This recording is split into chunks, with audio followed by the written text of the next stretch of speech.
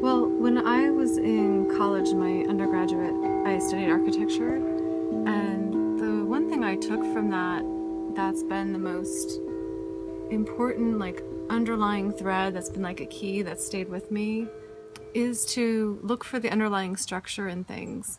And I studied organic architecture, like Corbusier and Frank Lloyd Wright, and they were always abstracting and always looking at like how a plant grows and then looking at its pattern of growth.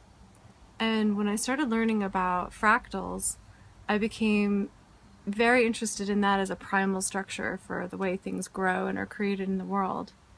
And water has always been a theme for me. In fact, it was my thesis in graduate school. I started looking at the structure of water, and one would think that water doesn't have a form unless what form it's in. But I started looking at the different patterns that are created with water, like lines of light in the swimming pool. The water is moving in such a way that it's creating this webbing and this kind of pattern that you can see. So with my photography, I started going out and photographing water in nature and examining its different forms, whether it was the branching of a river, the vortex shape in a pool of water under a waterfall. So you can see in all of the work I've been making in all my paintings, it's all flow patterns and this type of fractal branching that's a continuous theme. Just like there's a boulder in a river and the water flows around it, I'm thinking of that as a metaphor for how we can problem solve and we have obstacles in our path, think or work out or move our way around. I've been using gold paint to represent light, and I've been experiencing the energies, the new energies of the veil thinning and energies coming into our solar system right now.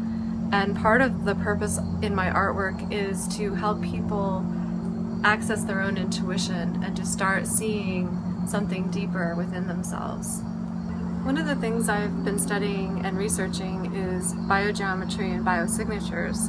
In this painting, I added some biosignatures. They happen to be helpful for stomach issues.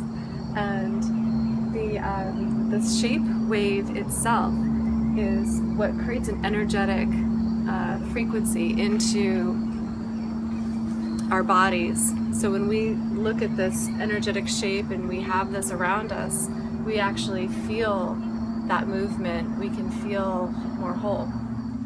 The reason I embedded crystals in the painting, I'm using this resin to squeeze the crystal. Just like in a quartz watch, it squeezes a quartz crystal in order to get that 1 second pulsation. So I'm creating a piezoelectric effect, and you can feel it.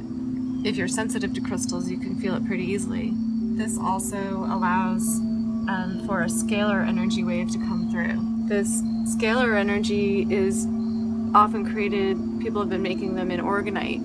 So basically I'm making orgonite on a painting, so when you put this painting in your home or in your workspace, wherever it might go, you have a nice scalar energy happening, which helps protect you from Wi-Fi and any kind of electromagnetic radiation.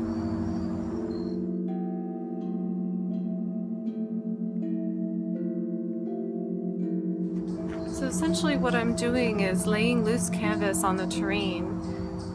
I have different areas where I work, with the gravel driveway or the different slopes around my house, or some boulders. This one was laid on top of a boulder, but I'm trying to get the imprint of the terrain below. So it flows in the natural flow pattern that already exists there, but you just can't see it. So it's actually lifting off the water pattern that the rain has made previously. Art to me is philosophy. It's my personal philosophy. When I meditate and I'm in that calm state, I'm connected to the earth, I'm connected to the cosmos, and I'm the vessel for that energy to merge. I always paint outside, and I think that's the best way that I can communicate. it's an experience of peace and inner knowing and connection to my higher self.